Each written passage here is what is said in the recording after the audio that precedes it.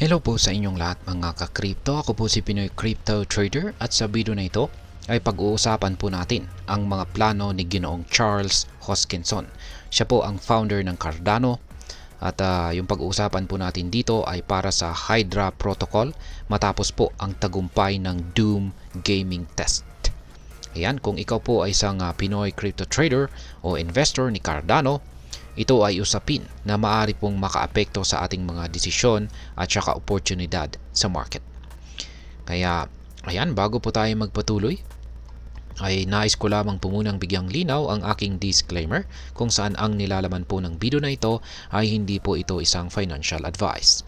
For education and information purposes lamang po ang layunin nito. Ayan po siya. Ang nakikita po natin dito ay walang iba kundi si Ginoong Charles Hoskinson. Yan. Sa mga hindi po nakakakilala sa kanya, siya po ang founder ng Cardano. Ngayon ay ano nga ba ang Hydra Protocol at bakit po ito mahalaga? Ang Hydra ay isa pong scalability protocol ni Cardano na idinisenyo para gawing mas mabilis at saka mas efficient ang blockchain transactions. Ang layunin nito ay maabot ang tinatawag na mass adoption sa crypto. Ibig sabihin, mas marami pong tao at negosyo ang maaring gumamit ng blockchain sa pang-araw-araw na buhay tulad po ng gaming, DeFi or decentralized finance at saka payments. Isipin mo na lang, ang kasalukuyang mga blockchain tulad po ng Bitcoin at saka Ethereum ay may limitasyon sa volume o dami ng transactions na kaya po nilang i-process kada segundo. Pero ang Hydra ay ang sagot ng ang Hydra po ang sagot ni Cardano para malampasan ang limitasyong ito. Ayan. Ngayon ay ano naman po ang Hydra Doom? At ano ang napatunayan nito? Ayan, nitong December 2024 ay na-launch po ang Hydra Doom, isang gaming test na ginawa para ipakita ang tunay na kakayahan ng Hydra Protocol.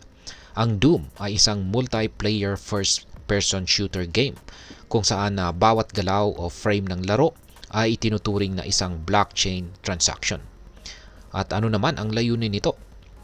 Yan, ang layunin po nito ay subukan ang scalability ng Cardano sa pinaka-extreme na sitwasyon.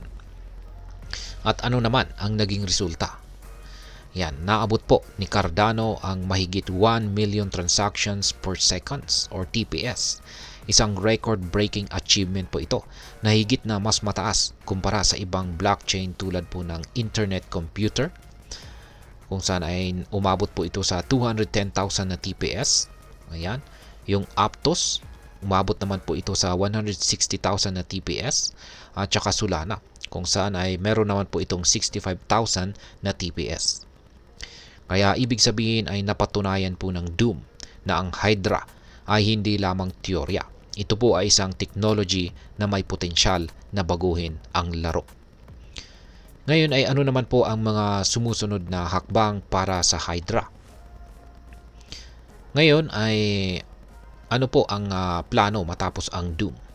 Sa isang video na ibinahagi po ni Ginoong Charles Hoskinson noong January 8, 2025, sinabi niya na ang Hydra ay isasama po sa mga tunay na application.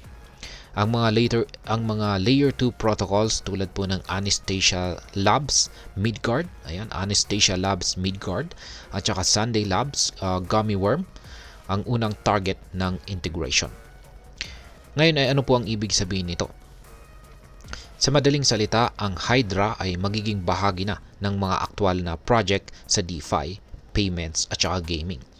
Ang Anastasia Labs at saka Sunday Labs ay nagsimula na ng kanilang trabaho para sa sariling Hydra infrastructure at magtutulungan po sila sa input-output ang pangunahing developer ng Cardano sa isang research at saka development project na tatagal ng 3 hanggang 6 na buwan.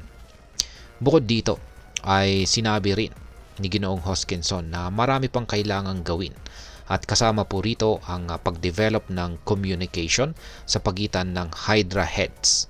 Ang mga Hydra heads ay parang mga branch ng protocol na kailangang mag-usap para maging seamless ang transactions. Maliban dito ay ang pagsasama po ng zero-knowledge technology. Ito naman ay isang advanced na paraan ng encryption para masiguro ang privacy ng users. At ang panghuli ay ang pagbuo po ng Hydra Tail Protocol. Ito naman po ay isang extension ng Hydra na magpapalawak pa ng kakayahan nito. Ayon po kay Ginoong Hoskinson, hindi lang nila layunin ang makamit ang mataas na TPS, kundi ang patuloy na pagpapabuti ng Hydra taon-taon. Ngayon ay ano naman po ang maaring maging epekto nito para sa atin bilang mga Pinoy crypto traders at investors ni Cardano. Yan. Para sa una, kung tayo po ay nag-i-invest o nagpaplano na mag-invest dito kay Cardano, ang balita pong ito ay positibo. Ang patuloy po na pag-develop ng Hydra ay maaring magdulot ng pagtaas ng value ni ADA sa hinaharap. Pangalawa, ang scalability po ng Hydra ay nagbibigay ng oportunidad para sa mga developers dito sa Pilipinas na gumamit ng Cardano blockchain sa kanilang mga project.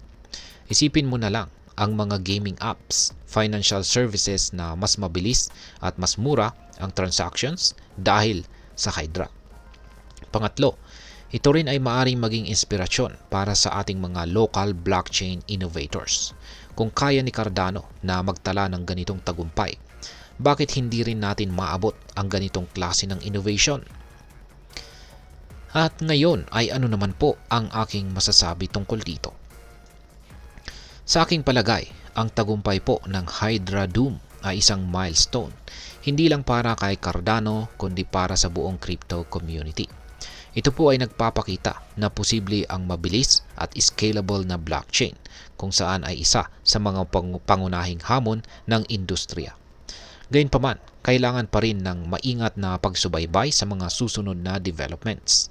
Ang integration ng Hydra sa real-world applications ay hindi po magiging madali at marami pong technical na hamon na kailangang harapin. Ngunit kung magtatagumpay po ang mga planong ito, maaaring makita natin itong si Cardano bilang isa sa mga leader sa blockchain innovation. Yan, kung ikaw po ay isang crypto enthusiast o investor, kaya sundan mo lamang ang mga updates tungkol po sa Hydra at Cardano.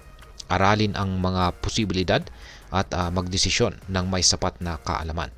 Sa mga developers naman, maaring ito na ang pagkakataon para mag-innovate gamit ang cutting-edge technology ng Hydra. At ayan, hanggang dito na lamang po tayo sa video na ito mga ka-crypto. Sana po ay inyong nagustuhan ang aking paliwanag sa video na ito. Kung inyo po itong nagustuhan, pakiclick lamang po ang like button nito. Marami pong salamat sa panonood. Ingat po tayo lagi at God bless po sa ating lahat.